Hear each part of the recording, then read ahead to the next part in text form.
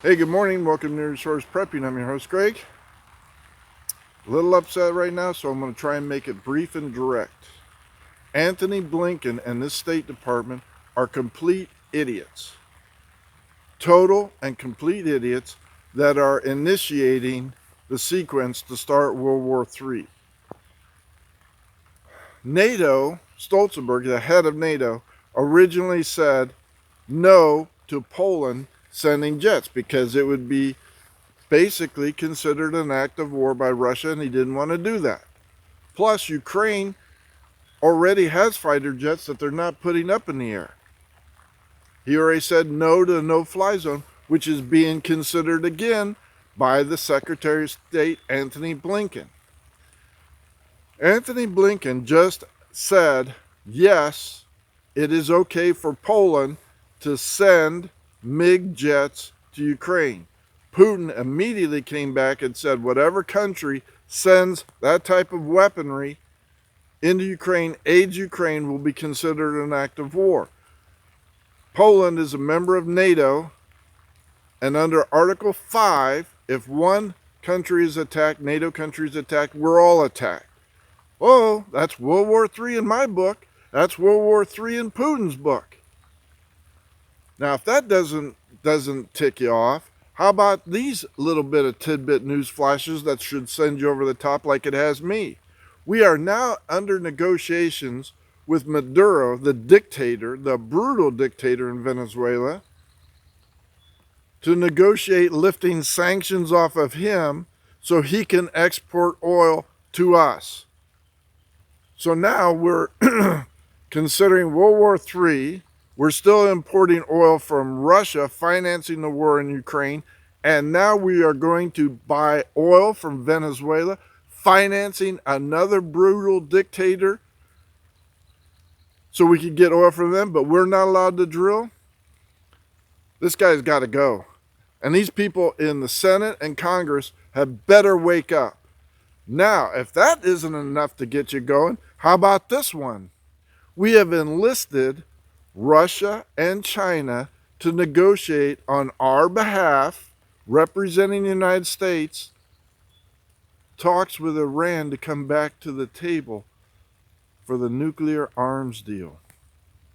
And as a good faith showing, we are considering lifting restrictions off of Iranian oil exports. And what did the first thing that the Iranians said they're going to do? Use that money to enhance the nuclear program, to put on top of a ballistic missile, which they already have, not only to attack Israel, because they don't need ballistic missiles to attack Israel, but to possibly launch a ballistic missile attack against the great Satan United States. Either way, they're going to use it to make a bomb to wipe out Israel and possibly attack the great Satan United States. But this Secretary of State Blinken and his administration are negotiating with terrorists, Maduro and Iran, and we are eliciting our enemies, Russia and China, to negotiate on our behalf. Folks, I can't make this stuff up. Check the headlines, and what will happen as soon as those MiGs leave Polish airspace and head into Ukraine, they're going to be considered enemy combatants. Could be shot down, which is an attack on a NATO country. Think about that.